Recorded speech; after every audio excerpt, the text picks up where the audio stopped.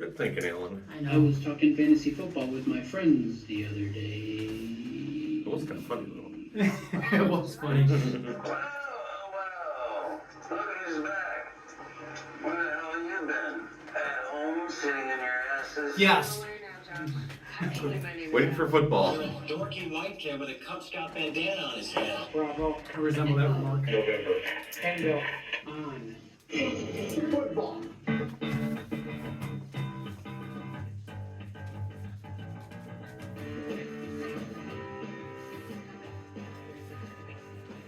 Welcome back to Bent on Fantasy Football. We are back for season number 5. Why am I doing this? Season 5. I don't know. You had too much sugar I today. think I have. All right. I'm Alan Bentley, And I'm Josh Worley. and I was champion last year.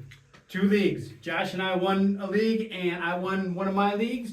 So I'm a champion. You know what that means this year? It means absolutely nothing. You know Right. Because we're all 0-0 right now. 0-0. So Absolutely. everybody's tied. So we've got a lot to talk about. I am so excited for this football season. I'm pumped, man. As a I'm Bears really fan pumped. and as a fantasy footballer, I am so excited for this season. I can't wait. Yeah, tons of things going on. We are going to get into some of the injuries and different things like that. But before we do that, as we do every single show, and I absolutely love this, it's time to pop open the beers. Pop open the beers. You want me Right. to go first or you? Yeah, go ahead. All right. I'm going to go first on my beer, and that says 3 weeks until kickoff 2024. So we're recording this on Thursday night. You may not see it till Friday or Saturday Or Sunday. or Sunday, Maybe even Monday. depending on how the editor. But 3 weeks, we got a Thursday night game, and oh my God, I don't remember a game this exciting. Baltimore and Kansas City. Yeah. Opening Thursday, September 5th. That's going to be awesome. Great day. Great matchup for opening day. Perfect. Yeah. All right, so mine, by the way, I want to mention that we did renew our contract with Worley Labels. Yes. And they're going to keep producing these amazing labels for us. Just like For they free, produce just them. like they do every Yeah, year. yeah, and we can't beat the price, so I guess we're struggling. Mine says season 5. And the reason it says season 5 is because this is the 5th season for Bent on Fantasy Football. Yes. And as you can tell, if you've watched our videos before, we're in a new dungeon. We're in a brand new dungeon. Absolutely. Yeah, and we're still under construction on it, and we got some issues to figure out with the lighting, but we will have this all set up probably next week, would be my guess. Good. So, Yeah, it for better next be. week's show. Yeah, it better be. Are you Whoever. gonna fire me? Yeah. I don't know. You can't fire me, I quit. Okay, fine. Yeah, so we will have a new dungeon all set up for you. Should be next week. We got to figure out, like I said, some lighting things and different things. But anyway, we'll get there. Let's pop these bad boys open because we want you guys to sit back, pop open a cold one. And enjoy the show. Cheers. Yum. All right. Well, been an interesting off season. It's been a really interesting offseason. A lot of skill position players changing teams. Yeah, especially in the running back category. Oh God, yeah, it's been a running back carousel for sure. Yeah.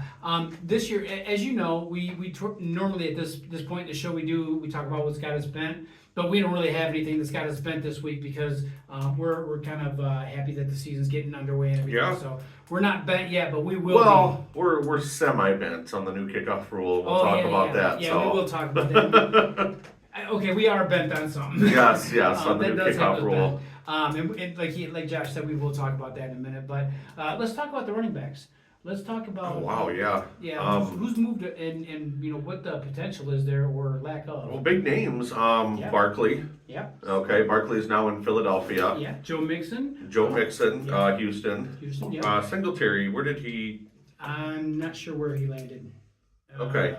And as we know, Ezekiel Elliott is back in Oh Dallas. God, yes. I don't know how to feel about that. I'm not going to draft the guy. Yeah. Well, let me give you my thought on it. Is I probably won't either, to be honest with Okay. you. And Josh and I are on a league together again this year, so you know we probably won't give each other all of our secrets. Yes. But we will kind of tell you stuff like this that Ezekiel Elliott I'm definitely going to stay away from this year. And the reason is he was a flop after he left Dallas, and the last year he was at Dallas, he was splitting time with Tony Pollard. I just don't see any potential there, really. Yeah. even Pollard went to a new team too. Tennessee? Yes. Yeah, I don't know how that's gonna affect Tajay Spears. I like Tajay Spears. Pollard, I don't think he's a workhorse back. It proved last year in Dallas he really can't handle the load like they thought he would. Yeah, that'll be an interesting situation to see how that pans out there. Oh, Derrick Henry's in Baltimore. We forgot. Yeah. Yeah, Derrick Henry, another one. Josh Jacobs, another one in Green Yeah. Bay. Aaron Jones, Minnesota. Yep. Swift is in Chicago. Oh man, just in that division alone, holy cow! Yeah, that's pretty much. Yeah, that whole NFC North has gone through a lot of changes. A lot this of year. changes. Yeah. Yeah, and we'll be talking about that in just a couple minutes here with their quarterback situation. Oh gosh. But yeah, so let's run through some of these. What do you think of Saquon? You know what? Saquon, he's getting up there. I think is he 29 now or is he 30? I believe he's like 29. I think he's 29. He didn't really show much last year. He doesn't have that explosivity like he did earlier on in his career. No, ever since he hurt his knee, Right. he hasn't been the same. He's being drafted end of 1, beginning of 2. I think that's a little too early for him. However, that Philly offense is very prolific, so Yeah, and we're gonna have to see what happens. Yeah, and you know anything can happen with when you're going from one team to another. Sometimes it's a good thing, sometimes it's not so much. My opinion, I've never really been big on Barkley since he hurt himself. Yeah. After that injury, I just have had no interest in him whatsoever. Being in Philadelphia, it's hard because he's going within the division, which is always a good trigger for a player when they're playing against their former team twice. But I'm not a big Saquon fan. I really am not. To see him going that early, He's a freak of nature, and I mean his body. He is huge. he's a tough guy. But when you're that big, it's much harder to recover from an injury than say someone like Nick Chubb. We forgot to mention Nick Chubb. He'll be back from injury at some point this year. But when you're that big, it's so much harder to recover with tissue injuries like that. Yep, absolutely. So, what about let's talk about Mixon for a minute because that's interesting. He was kind of underused in Cincinnati. Yeah. They didn't. I mean, from a fantasy perspective, he had so much potential there. He had him last two seasons. He did. And didn't quite get there. Couldn't get over that hump. I think he really underperformed the last couple of years, and I think Cincinnati as a team did as well. Well, and you know, I don't really think it was him so much. I think it was the offense that he was in. I think the offense didn't cater to a running back. That Joe Burrow is their man. They're going to be throwing it. That's why they have three good wide receivers. So I think it was the situation. Tyler Boyd moved on though, didn't he?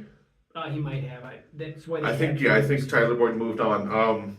But yeah, that's the problem. Is there is such thing as too much talent. Yeah. You know, it takes away from too many mouths to feed. Yeah, especially in the fantasy world. I like him in Houston.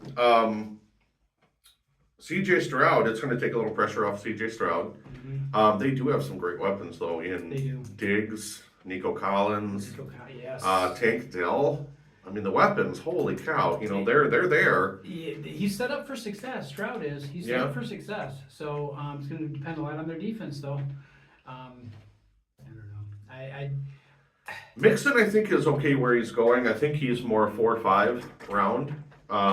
Maybe, but I think running backs are going to go pretty quick this year. I do too, but Mixon is falling behind. So are a couple other guys on that list. Yeah. Let's move to Josh Jacobs. I really like Josh Jacobs. Man, I've had a love affair with Josh Jacobs for the last 2 seasons, and it's panned out pretty well for me overall, right? It's hard for me to bite that bullet though and say I'm gonna draft a Green Bay Packer because I'm a Bear fan. Yeah. But Same here, but in history, okay, and this has nothing to do with the fact that I'm a Bears fan. In history, I've only drafted a handful of Packer players over the years, and it's never been Favre and it's never been Aaron Rodgers. right. I think I've had Jordy Nelson and Aaron Jones, and that's about it. I've had Aaron Jones once, and I've had Amon Green. Years ago, I had Amon Green. Okay. Yes. And the other one that I had was Driver, Jennings, Freeman. Nope. Their kicker. I forgot Crosby. who it was. No, it was before Crosby. Okay. But that tells you how long ago it was. Yeah. So yeah, it's been not necessarily because I'm a Bears fan, but just because I've never had that good talent where I needed it. Mhm. Okay, so Yeah. that being said, I'm trying to be fair about this. I am a Josh Jacobs fan, big time. He's in a good situation. I don't like Jordan Love though. I do, man. See, I'm high on Jordan Love. I don't like Jordan Love. Period. Okay. We'll get into that. That's another. What about this? Jacobs is going 3-4, and in 10-team leagues, which ours is, round 4 or 5. So I mean, do you like him at that position? At that position, I take him definitely. Yeah, definitely. yeah. That's a good. Yeah, he's pick not at that going. position. He's not going second round. You know, for a second round for sure. 2 years ago, I got him in 5th or 6th round, and that's Yeah. when he was leading the league in rushing. That's when he led the league in rushing. Yeah. So yeah. Let's move on. What about Swift? It's hard because we want him to succeed, but what team did he move to? Yeah, Swift, Mm-hmm. the Bears. Right. Yeah. When's the last time a Bear led the league in rushing? I mean, Matt Forte got close All right. once. Yeah, no, I'll say this: the rushing game actually didn't look horrible last year. It wasn't immaculate either. And I don't like Swift. I didn't like him back when the Bears were playing him a couple years ago, I think. And the Bears were ahead, 4th quarter, a few seconds left. He drops the ball in the end zone that would have won the game for Detroit. Yeah. Ever since then, I've not been a Swift fan. So, that being said, I am a Bears fan. I'm a Bears fan. I root for another team too, which we won't mention right now. But you got Khalil Herbert, and you also have Roshan Johnson. I mean, there's too many mouths to feed that have the talent of eventually becoming a number 1 starter. In And that what we team. talked about earlier is there is such thing as too much talent. Yeah. And I'm not saying the Bears have all that much talent, even though they do have a lot on the field. They haven't had the opportunity to show how much talent they actually have yet. Okay. Oh my God! That- Look at their wide receiver And the wide weapons. receivers, Holy cow! That's what I'm saying. The wide all receiver three of talent. Holy cow! And that's what I'm saying. You get a rookie there, but it may be one of those situations where it's taking away from Swift. Mm-hmm. Where I see Swift really excelling this year is in the pass game. He said in the offseason or in training camp that he wanted to get more involved in the passing game. And he's going to have to with a rookie quarterback. Exactly. So that's where I see him being a real asset. On the ground, I'm on the fence on that one because he can either be really good or really bad. I don't think there's going to be a whole lot in between. There's a problem with that, though. You saw what happened when him and Jamal Williams were in Detroit. Jamal Williams got a lot of the passing down work because he was a better blocker. Right. That's why he had 20 touchdowns that year. Right. You know, New team, new offense, new head coach. I say he's going to be. if he can improve his blocking, then he could be a monster out of the backfield. Mm-hmm. But he's got to be a better blocker before he can start racking up 80 catches. Agreed. At least a chip blocker, if nothing else. Mhm. Just slow the pass rush down a little bit to get open. Yeah. But yeah. So I don't know. Where do you think? Where's he going? Do you know right off? 4 or 5 right now. Is he really? 'Cause Yeah. Some of the mock drafts that I've done, he was later, much later, like 6, 7. He's moving up. He's Okay. moving up. I don't think I'd take him at 4 or 5. I'd take him at 6, 7. Okay. Okay. Yeah. There's a lot of other guys. Depending on what I had prior to that, I think it would be contingent on that. Here's some other guys. I'm going to give you a list of a couple names, okay? Here's some guys. Rashad White, Nick Chubb, okay? Mm-hmm. Who's the... God, there was one more. I forget. It'll come to me here in a sec. But would you take Swift over White or Chubb? Yes. Would you really? Over both. The reason I would take him over Chubb is because I hate picking up players the year after they're injured. Yeah? It always tends to be a down season for him. And I'm giving away my strategy here, but it tends to be a down season for him. And I don't like picking up players like that. White, I'm just not sold on. Not that he's a bad back. I'm just saying I don't think he's better than Swift. Oh, Jalen Warren. Yeah, I don't think he's better than Swift. Okay. Those were the 3 guys I was thinking. I like any of those 3, actually. Oh, I'm sorry. You said Jalen Warren? Oh, I'd probably still go with Swift. Would you really? Okay. Yeah. Okay. It's a hard one for me on that one. Okay. I'll say Swift on that one. All right, yeah, and all the mocks that I'm doing, these guys are all going around the same time. So James Cook, that's another one. Oh, geez, yeah. Where's he at this year? He's in Buffalo still. Is he? Yeah. Okay. Man, Buffalo's a hard one. Buffalo's tough because they don't have many passing options. Khalil Shakir may be the wide receiver one. Yeah, that's what I was thinking too. They're gonna have to rely on whoever the running back or running backs are. I mean, in essence, Kincaid's probably going to be, the tight end's probably going to be the wide receiver one. I'd probably still go Swift over Cook. Okay. Well, there you go. Unless something between now and then changes. Which, by the way, we're doing our draft next week on the following, or let's see, yeah, next Wednesday. And we're going to get our draft positions On Sunday. On Sunday. So we will get back to you if hopefully we'll be doing a show on Wednesday. Or actually, no, it won't be Wednesday. Oh, we could do a show on Wednesday. We could, yeah. We'll talk about that off the air. But anyway, we're gonna have another show, but probably before the draft next week. So we'll give you our draft positions, and we're probably won't, since we're drafting against each other or with each other, we probably won't talk about what our strategy is going to be. But we will, kind of give you the advantages of that draft position and the disadvantages of that whatever draft position. Yes, I got a funny story. I was talking to my buddy the other day, and he goes, "Cool. What's your fantasy football league? How much can you win?" And I go, "You can't. It's for fun. It's for bragging." And then he goes, "Well, that's not fun." And I said, "Well, you get to win the proud feeling." Whenever I was a little kid, my mom would get my brother Jordan and I, he knows my brother, to clean our rooms, and we say, "Mom, what do we get for cleaning our room?" And she said, "You win the proud feeling." So if I win this league, Mom, I'm going to win the proud feeling. And he's dedicating it to you if he wins. Yes, yes. Okay, you want to talk about Singletary? Singletary, he's actually with the Giants now. So he came over from Houston, didn't he? Yeah. Yeah. Yes. Singletary is another guy that's going in the 4-5 range. I don't know what to think about that Giants offense. Man, I really don't. And that's where my hang up is. It's not so much with Singletary as it is with the Giants team. I mean, who do you got? Let me look it up here. Is it Tyrod Taylor is their starter now? I don't know, but I mean, I don't think it's... Daniel Jones' experiment's over. Yeah, let's see depth chart. Okay. So, yeah, I think it's... I clicked on the wrong thing. Sorry, guys. By the way, the Daniel Jones experience ended about 4 years after it should have. Remember when he tripped and fell in the middle of the field? Oh, God, yes. That's when it should have ended right there. Yeah, all right, so we got... Well, technically it's still Daniel Jones. Drew Lock and Tommy DeVito. Drew Lock, that's probably his job. He's questionable now. Tommy DeVito... If I wasn't a college football fan, I wouldn't even know the guy's name. I thought he was related to Danny DeVito, but Yeah, I have no idea. he wasn't that good in college at Syracuse, and I don't think he's going to be that good in the NFL. So that's my opinion. But yeah, we got Drew Lock is probably going to be your quarterback. He hasn't really done much. And Daniel Jones. Well, he was in Denver. I mean, what do you expect? Well, and the problem too is you got Malik Neighbors, rookie, as your number one receiver. You know right there that you're really limited in weapons when you got a rookie is your number one. Yeah.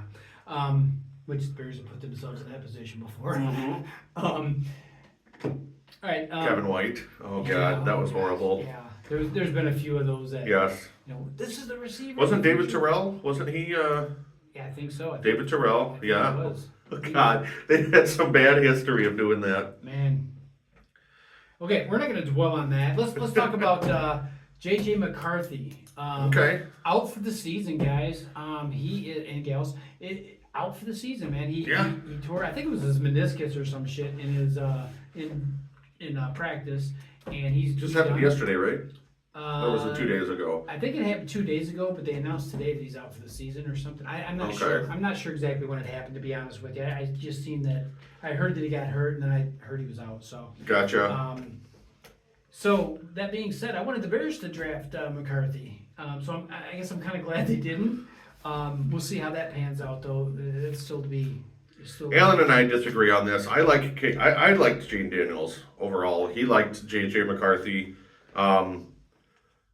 But I think Caleb Williams is heads above J.J. McCarthy at this point. J.J. McCarthy at this point, he's way ahead of him. Well, right. McCarthy's not playing. J.J. McCarthy is a game manager. He really he doesn't have the ability to take over a game, change a game like Williams does. But that's our opinions. We'll see what happens. When you got a wide receiver like he has there's room for growth for sure. There is, but how many guys have come in with the superstar receiver and just flopped? Well, let me ask you this. How did you feel about Kirk Cousins before he was a Viking? I liked him in college at Michigan State. I thought he was a stud. As a pro, I didn't care for him much. Okay. Yeah. So he came into Minnesota. Who's he got for his receiver? Same receiver. Automatic stud. Yeah. I Percy personally- Harvin. Just kidding. I personally didn't like him either. Still didn't like him as a Viking. But when you got good talent makes bad talent look better. I like Cousins. Oh, he was done dirty by Atlanta in the draft this year, man. Holy cow. Yeah. But that's a story for another day. Yeah, another Springer show. So, big news out of Dallas. CeeDee Lamb still not signed, still not showing up. This is going to be a rough thing until the end of preseason. I personally, I don't think it's going to be that much of an issue. I mean, they're going to sign him. He's not going to get Why signed. haven't they signed him? Why hasn't Cincinnati signed T. Higgins? I mean, that's the same thing. He's not falling in drafts. He's still going number 2 overall. Some drafts even number 1 overall. Buyer beware. Yeah. Buyer beware. I would if he's not signed by next week, I'll tell you what, during our draft and I get the 2 or 3, I'll take Tyreek Hill over him. I would too. Okay. I would too. If I had number 2 pick or 3 pick, yeah, 2 or 3, and McCaffrey, let's just assume he goes 1. obviously, Yeah. he's going 1 in every single draft I've done this year. So if I got that pick, I'd take Tyreek Hill over him Yeah. for sure. Yeah, or Justin Jefferson. Justin Jefferson, I'm gonna see where he falls. So who's his quarterback? Who did we say it was? Exactly my point. Yeah, I forget now. Darn it. Exactly my point. God, it's on the tip of my tongue. We just looked it up before the show. It was what's his name? That was in Denver. It's not Drew Lock. No, that's the Giants. Oh yeah, it was right. That's Jen. I don't. It's not Kellen Mond because he moved on. I'll you know what? I'll figure it out. Is his family know? Shut up. I'll look it up. But anyway. Okay. Sam Darnold. Sam Darnold. While he's looking that up, we're Sam gonna Darnold. finish the show out. Sam Darnold. We're gonna go ahead and let me talk to you guys. All right. You want to get into Gup real quick? Josh, we're gonna play a game now. It's called Shut the Hell Up. Okay, you go first. Okay. All right. So yeah, Well, let's I talk. already lost. So. All right, let's talk about. I know you've never played this game before, but try really hard, okay? I'll give you another shot at it, okay? We've already been at this So- for 22 minutes, so. Okay. Past so your bedtime, we gotta hurry. Sam Darnold, let's talk about it. Sam Darnold. Sam Darnold. Yeah, I don't like it. No, I'm just that's it. Let's move on. It's Sam Darnold. So. Yeah, All right. I mean, why would we listen to you anyway? You can't even win a game to shut the hell up. that's right. That's right. Same, though. I agree. Sam Darnold, done. Yeah. All right. So what else we got? Josh? We got Gub. You want to talk about the kickoff? Yeah. Let's talk about that. So as you guys know, a new rule in effect this year is the kickoff rule after a touchdown or the beginning of a half or game. It's extremely confusing. God, it is. I can explain it in layman's terms. I think I did a little research. Go ahead, go through it, Josh, and All we'll right. talk about the aspects of it. Okay, so the kicker, the position doesn't change. He still is on his own 35. Okay, but instead of his team lining up on the 35 and moving when he kicks the ball, they're down at the opponent's 40. Okay, so they're already 25 yards ahead. They have to have 1 foot on the 40-yard line. 1 foot on the 40-yard line, yes. They cannot move until the ball hits the ground or touches a returner. I'll get into that in just a sec. Now, the kicker can move on kickoff. He can start running, but he can't cross the 50 until the ball touches the ground or hits a returner. Now, here's where it gets complicated, okay? The return zone is from the 20 back, so basically the red zone, okay? And you can have 2 guys in there, a maximum of two players, okay, in the return zone. You can't have more than that, okay? So the ball has to hit within that return zone. If it does, then you have to return the ball. Okay? If it doesn't land in the return zone, the ball's dead, just goes out to the 40. Yep. Okay? Now, if the player in the return zone downs the ball in the end zone, or if it goes through the end zone, it goes to the 30-yard line. And the players that are blocking are set up 10 yards ahead at the 30-yard line. Yeah, but hold on, before you go into that, let's talk about what you just said for a minute. 'Cause in that Kansas City game, Yeah. there was some confusion on how that works. So run through that if they down it again. Okay, so, well, first of all, if the ball doesn't land within the 20 to the red zone, it's automatic, it's dead, it goes to the 40. Right. Now, this is not a live ball like most kickoffs. Kickoffs have been up to this point. That means if nobody returns it, the kicking team can't take it in for a touchdown or possession. Right. If it goes into the end zone and it gets downed in the end zone, it goes out to the 30. Okay, now, on that right there, what happened during the Kansas City game is the returner caught the ball, stepped backwards into the end zone, and took a knee. Okay, normally, or I should say not normally, but previously, that would be a touchback, and they get it at the 20-yard line. Yep. Okay, now, with the new rule, what happens is if you do that, if you catch it, take it into the end zone and down it, that's now a safety. Okay. So 2 points. Yeah. That happened in the Kansas City game. I'm glad it happened in preseason so they could get clarification on how that works, because I'm sure that every team has focused in on that since then. But anyway, go ahead. Well, that's about it. But the rule that we really were confused by is the onside kick rule. From what we've read, now we're not 100% on this. It was a big, long explanation in the NFL rulebook. But from what I understand, you can't do an onside kick till the fourth quarter. Is that kind of what you read? Yeah. Yeah. So, I mean, I remember how exciting it was coming back from halftime watching these games, and somebody does an onside kick just to throw the other. That happened in the Super Bowl. Yeah. And they have to declare it an onside kick to the referees before the kickoff even happens, so the other team already knows what's going on. No surprises anymore. They'll have to be a little bit more sneaky about it. So that's what you're going to see. You're going to see a head coach walking over to the ref and going, "Hey, onside kick," and walking away or something. Well, here's the thing, though. You know, when they'll say number 94 reports as eligible. Right. You know what I mean? I wonder if it's going to be the same thing, because according to the NFL rule, they have to declare it prior to the play to the ref. I wonder if the ref is going to. Well, and you know, before, I can say this, before Super Bowl we talked about, they actually went over to the ref and they told him at the beginning of the second quarter or second half that they were going to do an onside kick. Okay. And so he knew that. Now, then they didn't have to disclose that, but I wonder if it's the same way if the Yeah. referee doesn't. And they didn't have to wait till the fourth quarter. Yeah. Well, I just wonder if they don't. You know, the ref's not going to disclose it to anybody. They just have to know that so they know what to look for. Right. Okay. That's going to be the interesting point to me. But anyway, go ahead and Well, those are all the rules basically. So it's either going to come out to the 40 or the 30. And then if it gets down in the end zone, it's actually a 20, the 20. Yeah. So now I've seen a handful of these plays in preseason so far, and it looks to me like the average return is right around the 30-yard line. 30, maybe a little bit more than Yeah. that, but not a lot. Interesting thing is if they do break through that barrier, your kicker is going to be the one that's going to be left to tackle this guy because he can't cross the 50 until, Right. you know.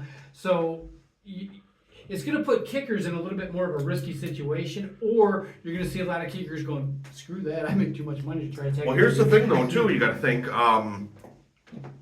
Normally, in the kickoff rules, you got guys flying down breakneck speed from the 35, just waiting for the guy to hit the ball. Right. Your offense, your blockers are lined up in the 30. The defensive team is lined up in the 40, and nobody can move Right. until the ball's touched. So they're not going to get much steam going into each other. They got basically 5 yards apiece to meet. Right.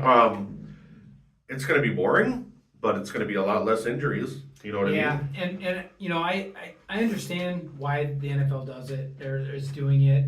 It's just there's a lot of caveats to it, and it's just not a simple rule like it used to be, or a simple play like it used to be. Yeah.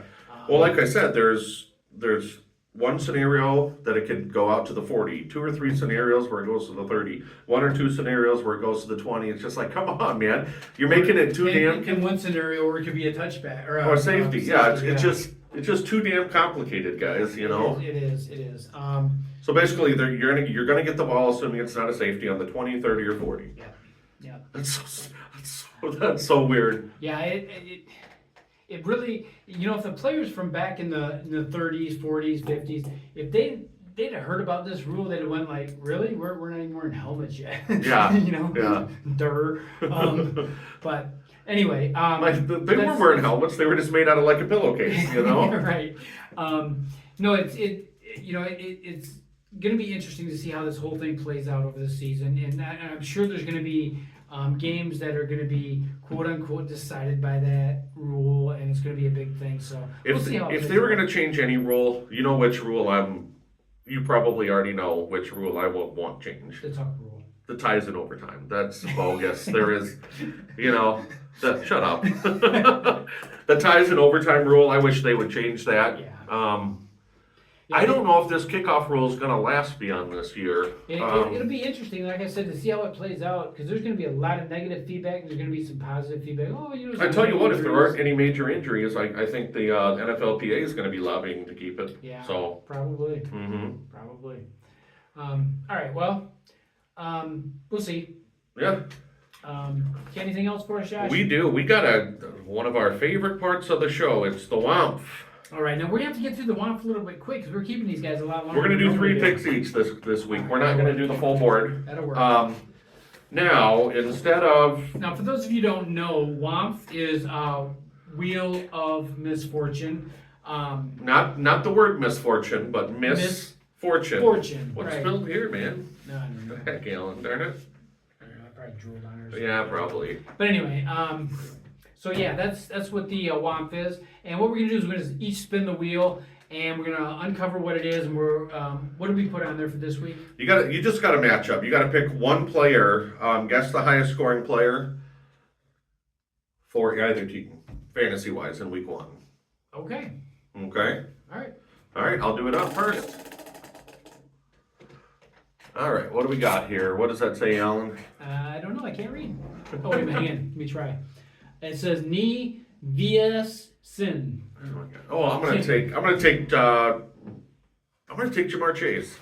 Chase? Yep, All right. from Cincinnati. So now this doesn't have to be the highest scoring player of the week, just the highest scoring player of this In that matchup. game. Yeah, and we're gonna use what, full point PPR scoring? Sure. Let's Full do point our league. PPR. Okay. Let's do our league. That way we don't have to do the math. We can just look at it on the website and see. Yeah, there you go. Perfect. Okay. All right, and my turn. Yep.